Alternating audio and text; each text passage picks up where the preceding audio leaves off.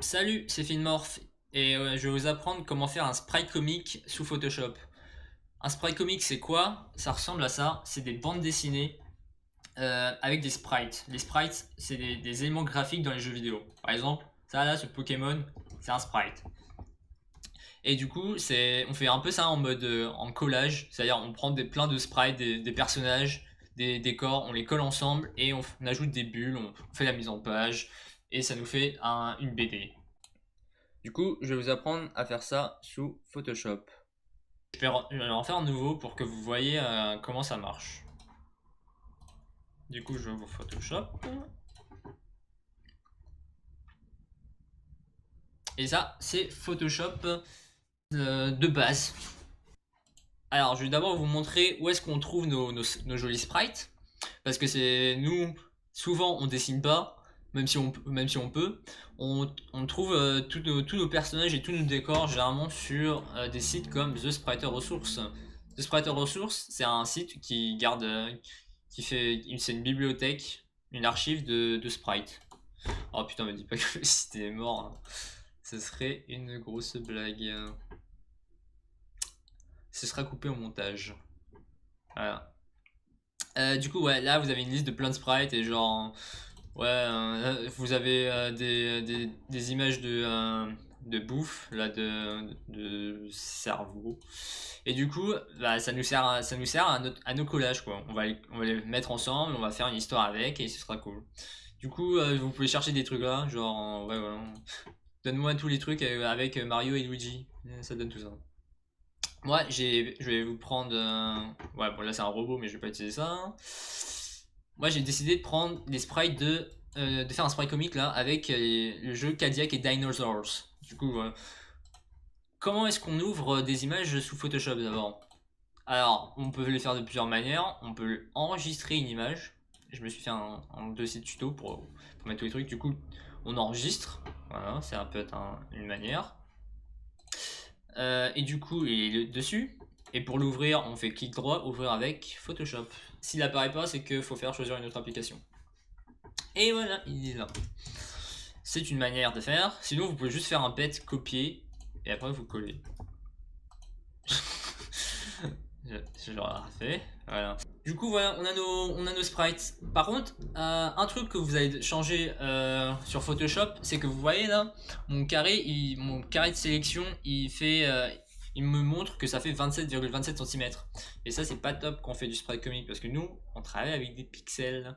On n'a pas l'intention d'imprimer ça. Du coup, ça reste en digital et c'est des pixels, c'est plus pratique. Du coup, vous allez changer dans vos préférences unité et règles et vous allez mettre ça en pixels et voilà. Après vous pouvez changer d'autres trucs genre l'interface, moi je la mets en plan. Ouais, vous faites ok, ok. Vous pouvez aussi changer vos raccourcis ici. Les raccourcis que je conseillerais de changer, c'est genre ces trucs là, édition, aller vers l'avant, aller vers l'arrière. Faut que vous soyez rapide avec ça parce que vous allez vous en servir tout le temps, hein. Du coup, moi je fais ça, genre je l'utilise jamais. Ça, je fais CTRL Z et ça, je fais CTRL Y. Mais sauf que CTRL Y, il utilise déjà pour quelque chose, sauf qu'il utilise pour genre couleur d'épreuve, mais ça on s'en fout. Du coup, je fais juste OK. Et du coup, qu'est-ce que ça fait CTRL Z, enfin, aller vers l'avant et aller vers l'arrière, ça vous permet d'annuler un truc que vous avez fait. Putain, j'ai fait à l'envers. On le refait. Je pense pas grave. Du coup, ça vous permet de, si par exemple vous faites de la merde, genre oh putain, qu'est-ce que j'ai foutu, j'ai réuni tout mon sprite comique, vous faites CTRL Z, oh c'est magique, j'ai tout sauvé. Pour zoomer, dézoomer, soit vous faites ça au clavier numérique, CTRL plus plus, enfin CTRL plus, CTRL moins, soit vous avez ça là, affichage, zoom avant, zoom arrière. Alors, du coup, pour faire nos trucs, vous voyez quand j'ai collé, ça m'a fait, il y a deux trucs là. Ces trucs, c'est des layers. Les layers, c'est des calques en français. Et ça, c'est basiquement deux couches.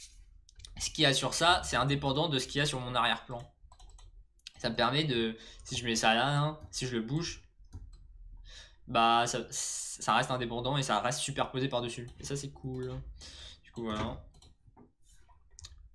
Alors ma méthode de travail à moi généralement, c'est que si vous regardez sur ça, mes vieux sprites comiques, j'ai j'ai un fichier pour la page, pour toute la mise en page, et j'ai plein de petits fichiers pour les décors. Par exemple, ce fichier là, ce PSD, c'est pour la maison. Juste mettre mes persos pour les placer et faire tous les effets que je veux dedans. Et après, je copie et je colle et après je les place ensemble sur un autre fichier qui est juste là pour mettre la mise en page. Moi, généralement, je fais ça lorsque mes fichiers, enfin, lorsque mes projets ils sont un peu longs. Et du coup, on va faire ça comme ça. Ça, ce sera du coup notre fichier de décor. Vous faites fichier enregistrer sous pour faire un nouveau fichier. Et je vais appeler ça ruine parce que les décors, on dirait que c'est des ruines. Et on va se faire un nouveau fichier pour juste les images. Enfin, pour juste la page. Vous faites fichier nouveau et vous choisissez la taille. Là. Je vais faire du 600 sur 1000.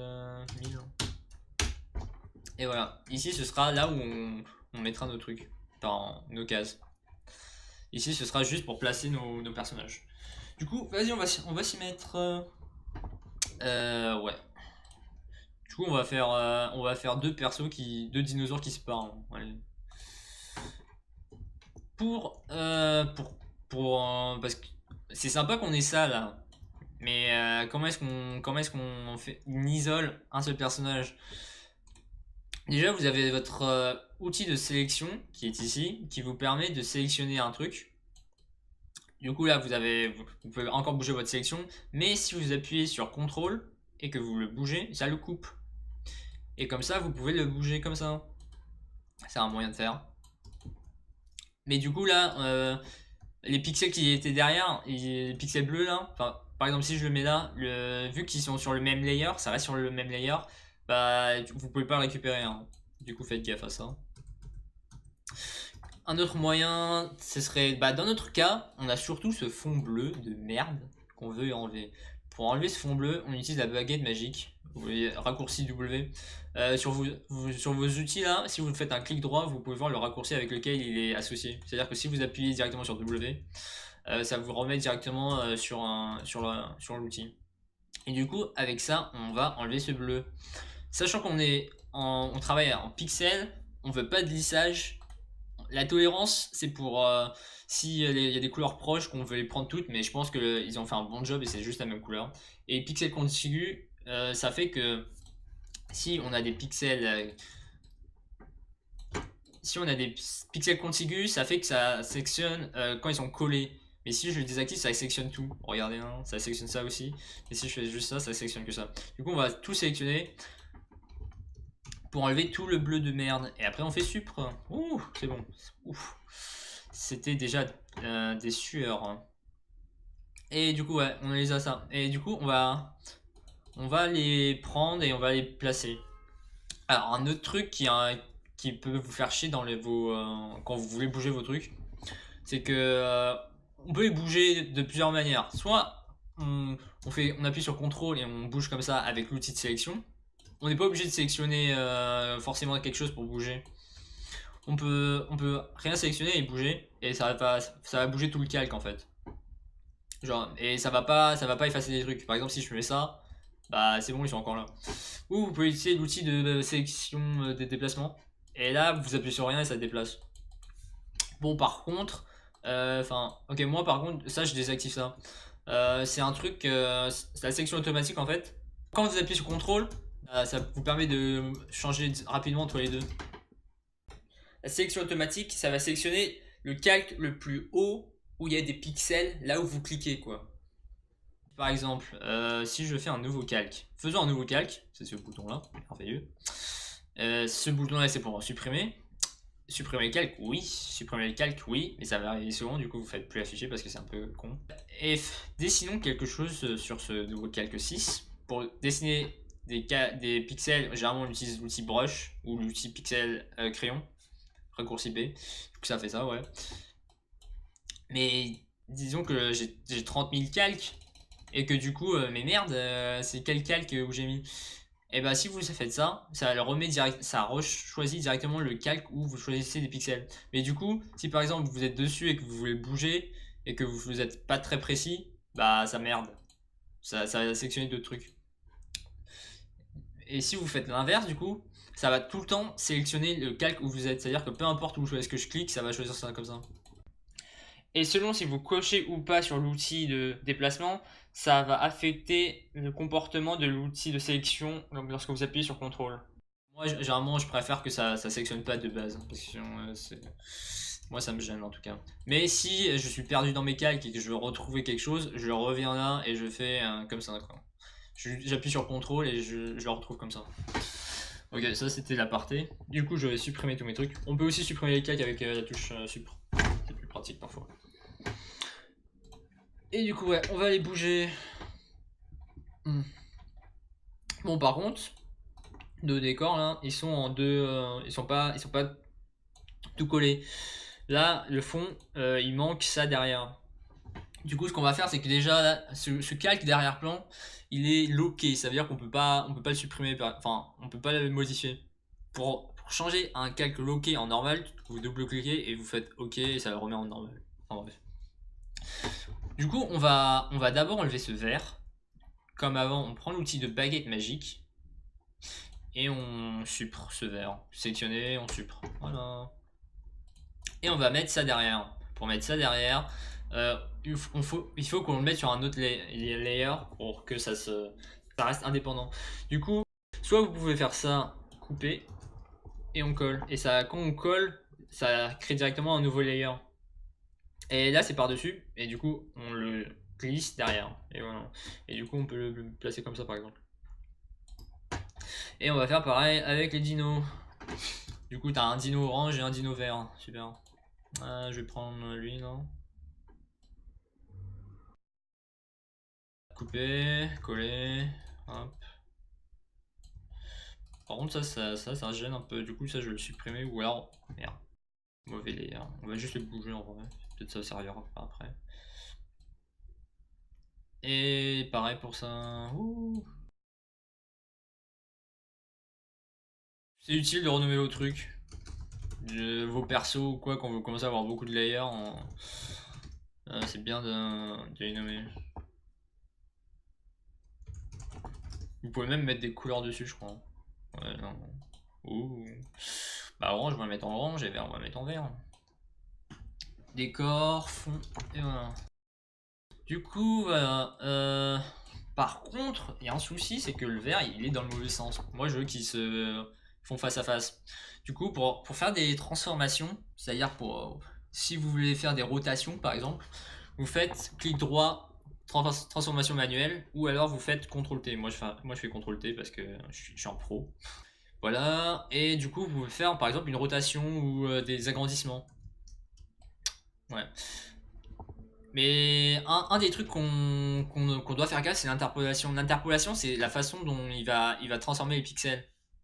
Parce qu'en fait, nous, vu qu'il y a des artistes qui ont passé super longtemps à placer ces pixels super précis, nous, on veut qu'on les garde de façon super précise. Et si je l'agrandis de 200%, le truc, il va être tout flou. Et c'est de la merde, ça. C'est quoi tout ce flou? Nous, on veut le garder ça en hard, en dur, et pour ça il faut choisir au plus proche, c'est la meilleure manière. Voilà. Et c'est pareil ici là, lorsque vous faites lorsque vous voulez redimensionner toute l'image, ici il faut choisir aussi au plus proche pour que ça garde dur. Du coup voilà, mais nous on veut pas faire ça, nous on veut faire un effet miroir. Pour ça vous faites clic droit, symétrie axe horizontal, et voilà. Pour valider vous faites entrée. Et voilà, on a ça. Bon, par contre, une question qui commence à se poser là, c'est comment est-ce qu'on va framer ça? Genre, à partir de où est-ce qu'on va couper? Parce que ça, genre, on va pas montrer ça, hein. Du coup, on va retourner sur notre page. On va la sauvegarder, page 01. Et on va faire des cases. On va se dire, enfin, je sais pas si on fait d'abord des cases ou non, on va pas faire d'abord des cases. On va d'abord copier tout ça là. Et on va voir quelle taille de case on veut. Alors, pour copier tout ça là, le moyen le plus rapide c'est de faire édition, copier avec fusion. Copier avec fusion en fait, parce que si on fait juste un copier normal, il va nous faire de la merde. Voilà, on a juste ce dino. Et si on fait copier spécial, avec fusion, il va tout nous copier là. Et c'est sur un seul layer. C'est ce qu'on veut. Du coup, ça c'est la manière la plus rapide. Moi j'utilise le raccourci. Du coup, on leur fait. Putain, non, par contre, c'est pas. Ah, si, c'est bon, ça marche. Et on va réfléchir à quelle taille de case on veut. Par contre, si vous voulez garder plus de flexibilité, c'est mieux de faire vous faites vos cases des carrés indépendamment. Pour faire des carrés, tu peux faire ça comme ça, avec l'outil forme. Tu choisis le rectangle, enfin, sauf si vous pouvez faire des cases rondes, mais bon. On s'en fout de la couleur, on va faire la forme. Si vous faites l'outil forme, ça vous crée un nouveau truc, un nouveau layer. Si vous faites si vous faites l'option pixel, ça vous fait directement sur le pixel, sur le layer en cours. Mais du coup, il faut avoir un layer déjà fait avant. Du coup, je vais faire ça. Moi, généralement, je fais ça. Merde. Case. Du coup, on va en faire une. Est-ce que j'essaie de faire un truc propre?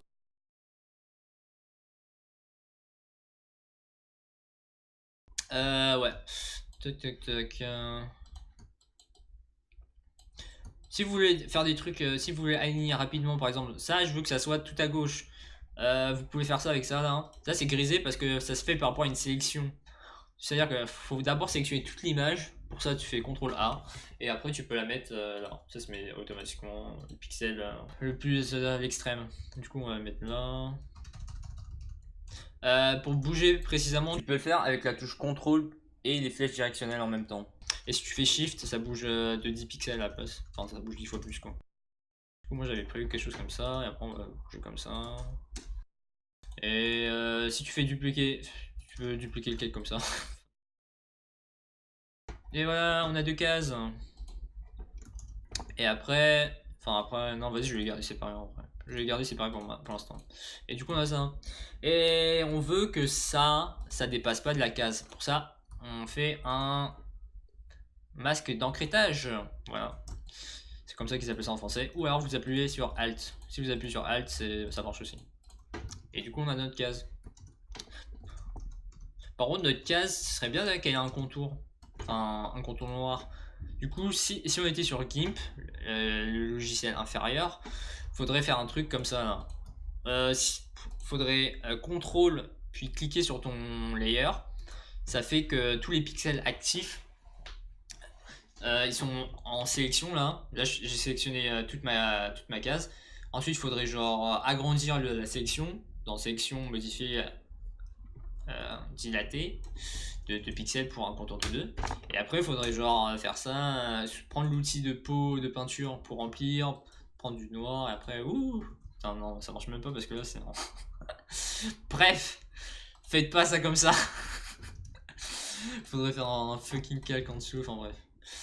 Nick GIMP, ouais. Du coup, nous on fait avec des effets de calque.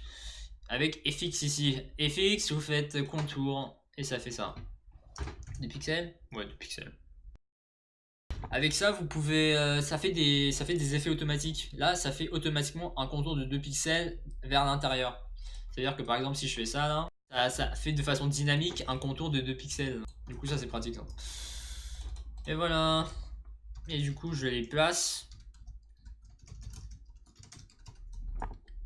Et on a notre case 1 sans les bulles parce qu'il faut faire les bulles.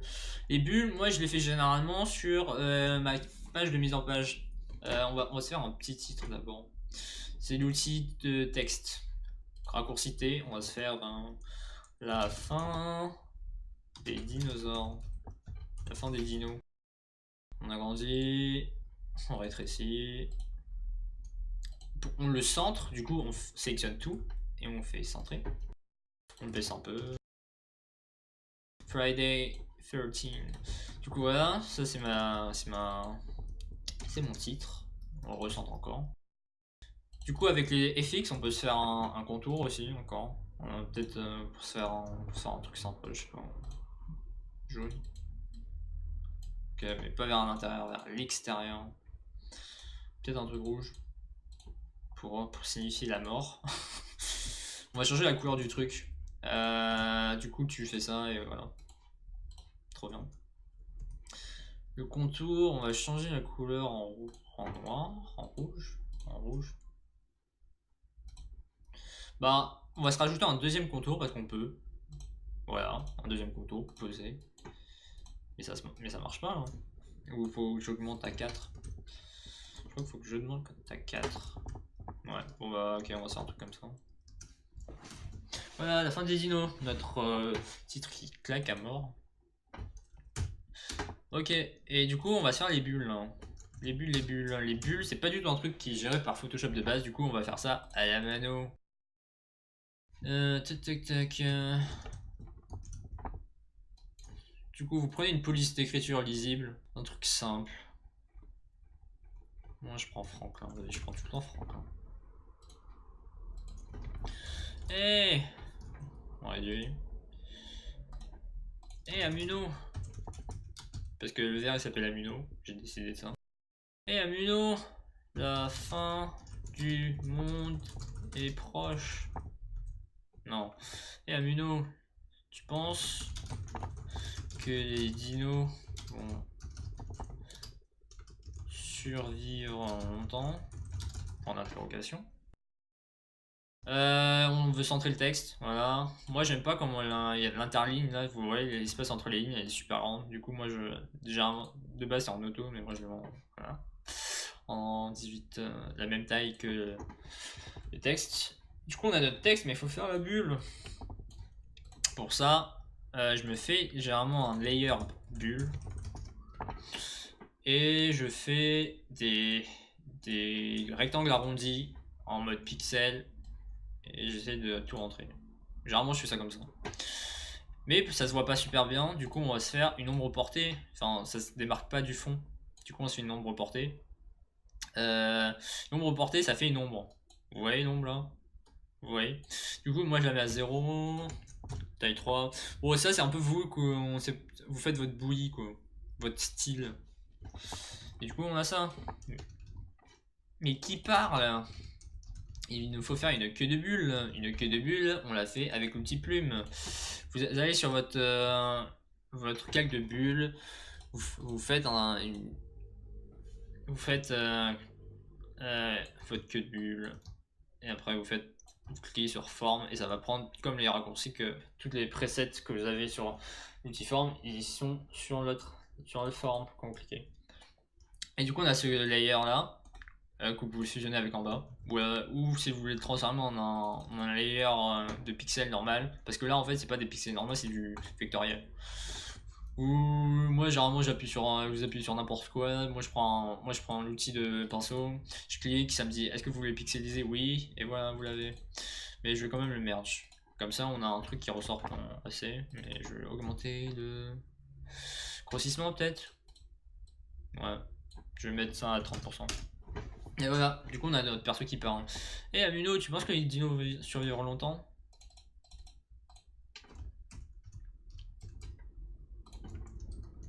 Voilà. Notre case 1, faisons la case 2. On va faire un zoom de Amuno qui dit shape. Ah mais putain, il a pas de sprite qui bouge lui, enfin qui parle. Bon, ok, je vais vous apprendre à recolorer. Déjà on duplique les R, comme ça on en a 2. Et lui ce sera Amuno tout vert. Putain, par contre ça va prendre du temps. Hein. Ce qu'on fait, c'est que ça là, on veut le changer en vert pour avoir un truc à la bouche ouverte, vu qu'ils n'en ont pas fait. Du coup, ce qu'on fait, c'est qu'avec l'outil pipette, raccourci I, on prend la couleur ici là, puis on prend l'outil pot de peinture, on met la tolérance à 0, le lissage à 0 et les pixels quantiques à 0, et on va cliquer ici pour tout recolorer en vert. Et on fait ça sur toutes les fucking couleurs. Joie.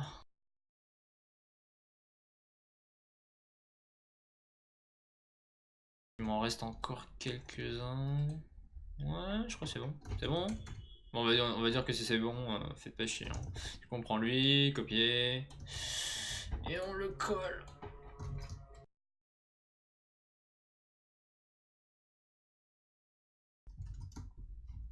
Et on va faire un zoom sur sa gueule.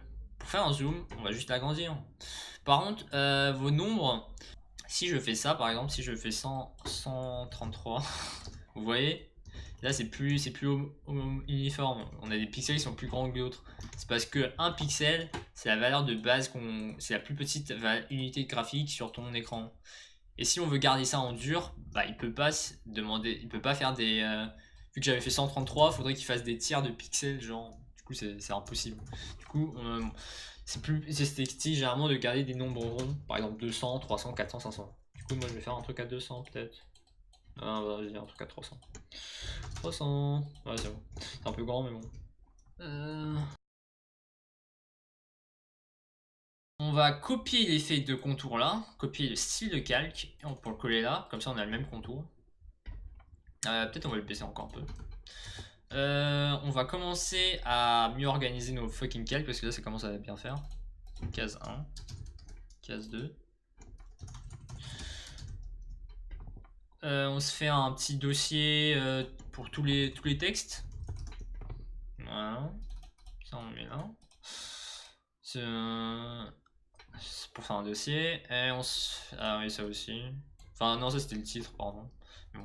La bulle, ce sera toujours par-dessus les cases. Parce que ouais, sinon ce sera pas lisible. Du coup, on le met là. Et ça, c'est comme ça que mes fichiers ressemblent généralement.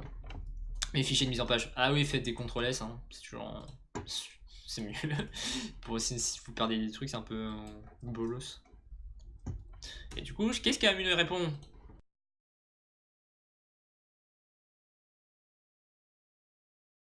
Hop, hop, hop, hop.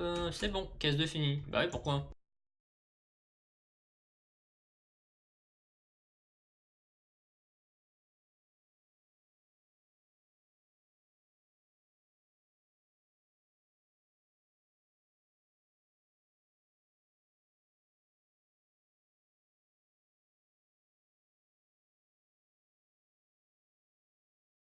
Je peux mettre ça dans le même. Ouais, ça va.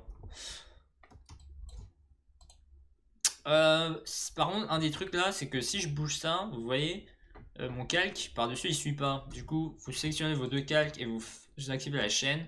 Ça vous permet qu'ils se suivent. Ça, c'est cool ça.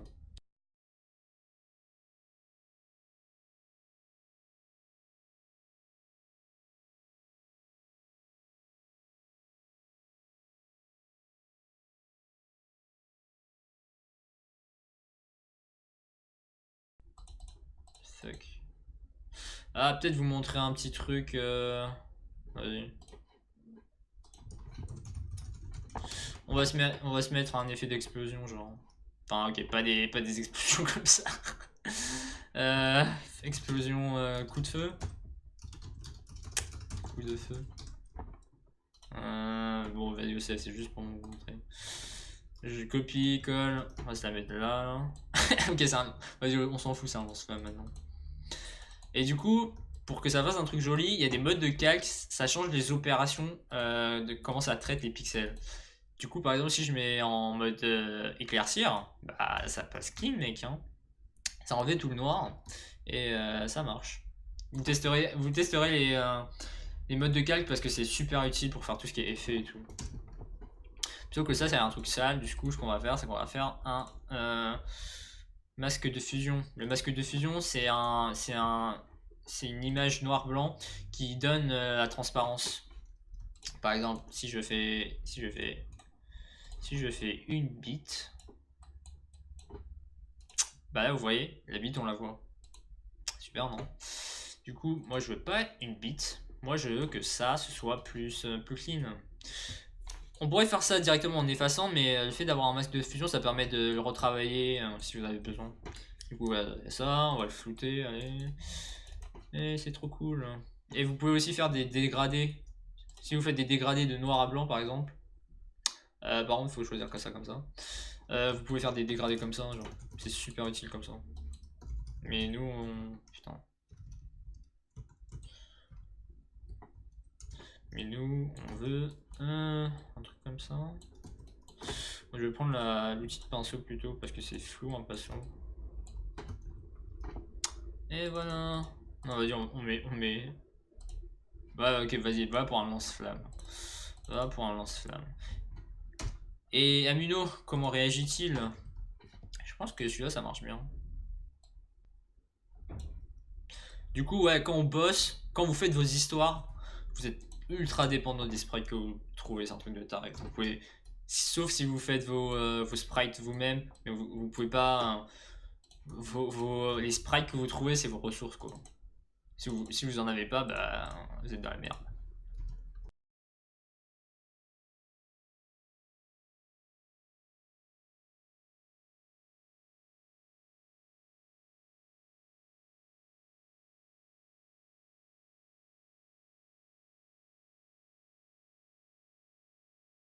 Ah. Et du coup, Amuno, qu'est-ce qui arrive Amuno? Bah il est tout carbonisé Amuno. Je crois que j'avais des positions où le truc qui était couché. Ouais, vas-y, on continue. Du coup, je le prends lui. Je le mets là. Je le mets là. Non, on va le garder dans le même sens du coup. Et on va le carboniser. Je pense que pour le carboniser, on va prendre un gris un rouge foncé ou un marron foncé. On va faire un nouveau layer. On va le mettre tout un coup de teinture. On va faire un masque d'accrétage et après on va utiliser les modes de calque. C'est pas mal ça. Ouais, non, c'était linéaire plus, allez, c'est bon. J'ai pas que ça à foutre, moi. Peut-être baisser la. On fusionne, comme ça c'est en dur, et après je vais baisser le contraste parce que peut-être il est un peu trop sombre. Peut-être un peu trop sombre. Ouais, généralement c'est pas. Là ça faisait vraiment noir, là ça fait bien genre. Carbonisé à mort. Et on va chercher un effet de fumée sur Google. On va prendre celui-là. Copier, on colle. On va réduire la taille. Par contre, vu que ça c'est pas du pixel art, on n'oublie pas de changer en un truc qui lisse. C'est mieux. Ouais, voilà. On fait entrer. Et là, on va changer. Je pense qu'un mode éclaircir aussi, ça va marcher. Ouais, ça marche vite fait. Ou superposer. On va pour éclaircir. Et du coup, là, on va encore faire un masque de fusion. On va faire un petit dégradé. De noir à blanc. Dans l'autre sens.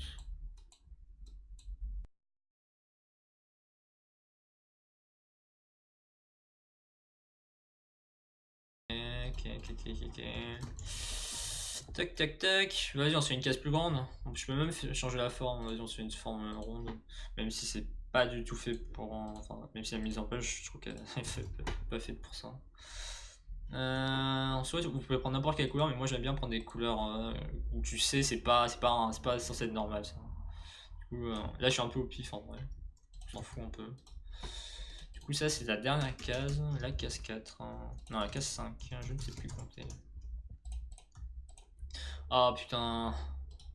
C'est pas assez grand. Oh mon dieu. Ah si. Oh la magie. Ah mais je vais devoir décaler. Ah mais ça marche quand même.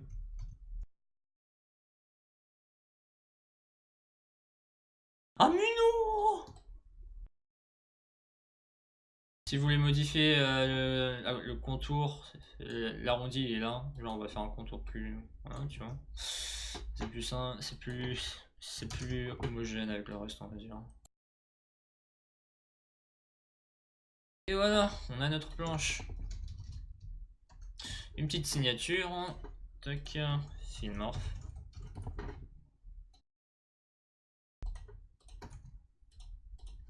Est-ce qu'il a demandé des crédits, le mec qui a ripé? Repaid by Tommy. Putain, c'est quoi ce fucking pseudo? Tommy Zorus. Give credit if used. Bah, on va lui donner des crédits quand même.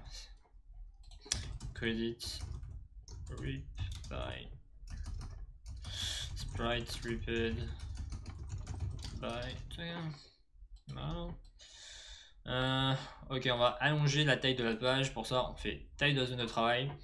La différence entre taille de l'image et taille de la zone de travail, la taille de l'image, ça redimensionne toute l'image, alors que ça va juste changer les bordures, les limites de tes calques. Du coup, si je fais ça, Ça va me mettre 50 pixels de plus vers le bas. Voilà. Et du coup, ça, on va foutre ça là.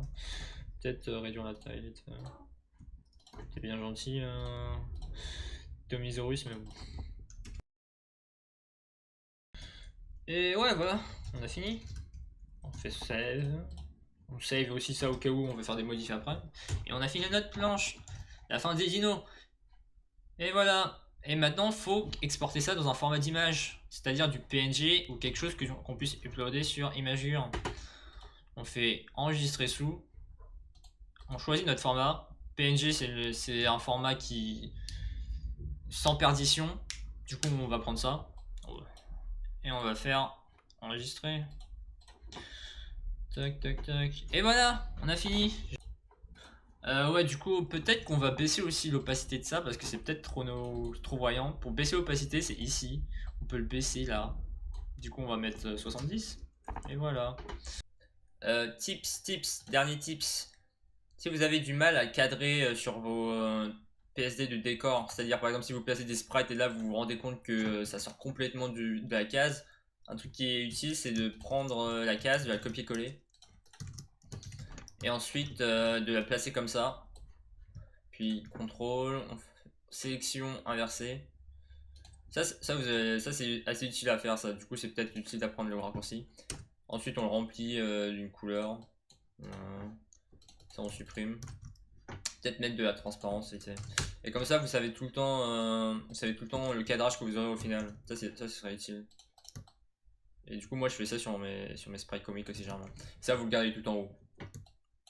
Comme ça après vous avez limite vous pouvez juste copier ça directement et vous avez déjà votre case de prête sans avoir à le recadrer par la suite. Et aussi du coup si vous devez modifier la couleur de votre image, vous avez une galerie de filtres ici dans images, réglages et tout ça vous permet par exemple de mettre en noir et blanc, de modifier la luminosité, contraste, l'exposition ou d'inverser les couleurs. Et du coup ça c'est utile ça. Et ça se trouve généralement ici, ouais. Par contre faut faire gaffe à ce que l'image elle soit bien en RVB et en 8 bits ou 16 bits par couche. Avec 32 bits il y a plein de filtres qui manquent. Mais c'est aussi possible d'utiliser ça ici avec les réglages. Les réglages en fait c'est comme les filtres là, sauf que ça le fait pas en dur. C'est comme les FX, ça se fait en dynamique quoi.